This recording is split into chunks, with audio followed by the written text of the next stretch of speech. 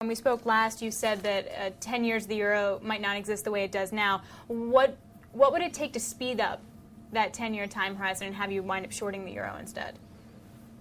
Well, to repeat, I am long the euro at the moment because I suspect they're going to do something, whether it's phony or not, they're going to do something to make everybody feel better about the euro. What would make me feel better about shorting the euro?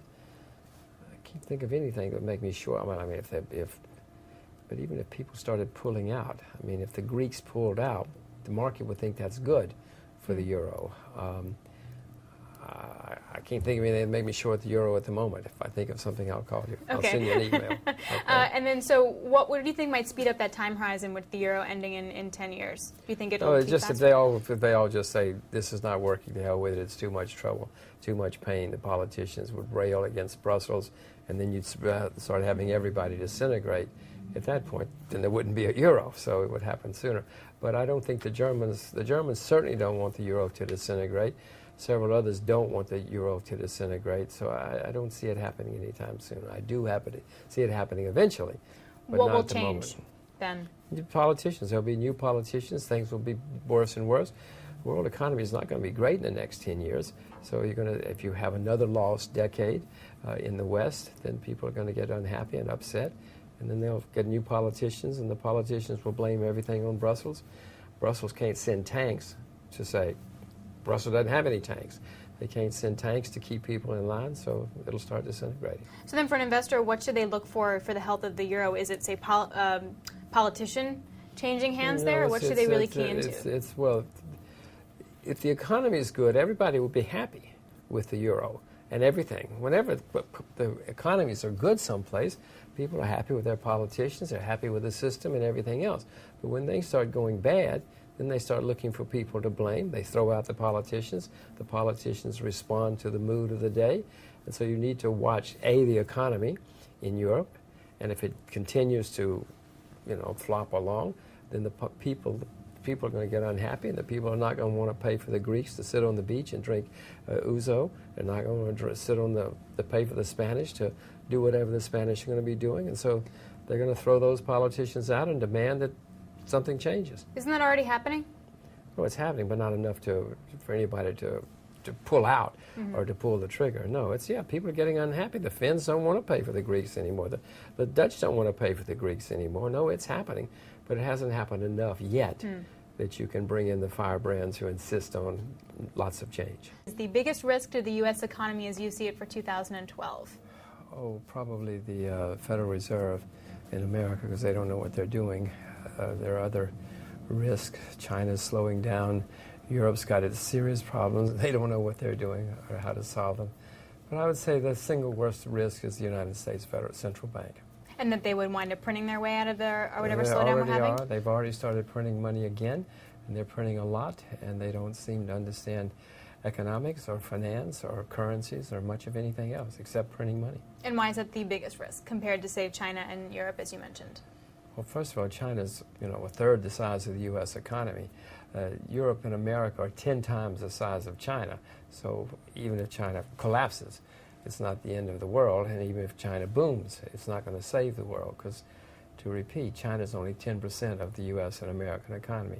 It's important, it's very important, but it's not the most important thing. And China is trying to slow down, and some parts of their economy are going to fail or collapse. They're going to have some bankruptcies. But Europe is certainly extremely important, what's going on there. But Europe as a whole is in much better shape than we are. Europe as a whole is not a big debtor. The United States as a whole is the largest debtor nation in the history of the world. And we've got states that are in trouble, Illinois, New York, California. Europe has states that are in trouble. Greece, you know the names as well as I do.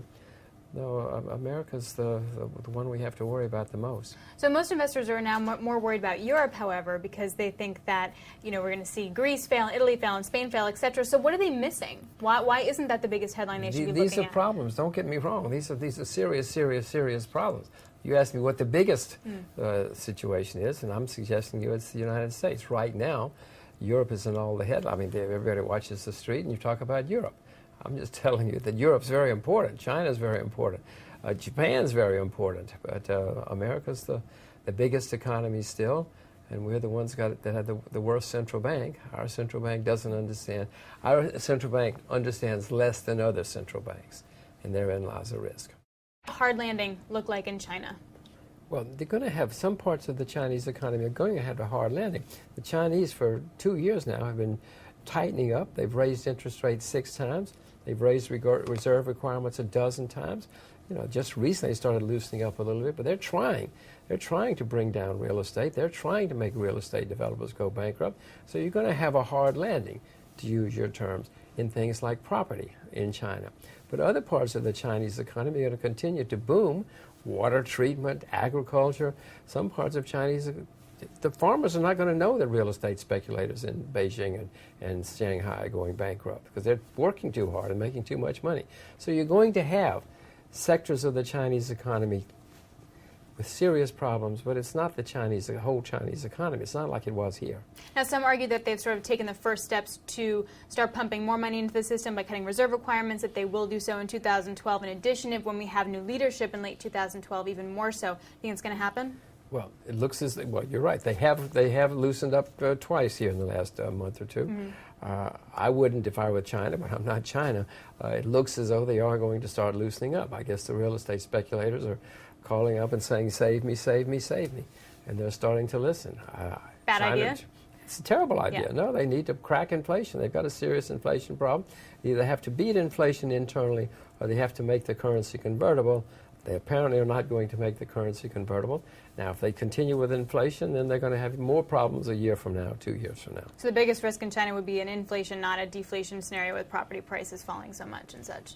The worst problem is that the inflation comes back because they have all this money trapped inside of China, and it's sloshing around, and they go back into real estate. Now, some U.S. stock investors are excited about more monetary easing in China. They want to get in on certain stocks that are going to have a lot of growth there. What would you be doing instead?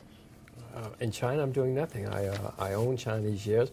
Whenever Chinese shares collapse, I buy more, but they're not collapsing yet. Mm-hmm. Only thing I'm doing in China is I own the renminbi, and periodically when I can, I buy more renminbi. You can't just pick up the phone and buy a lot of renminbi, but there are ways to buy it legally. And commodities.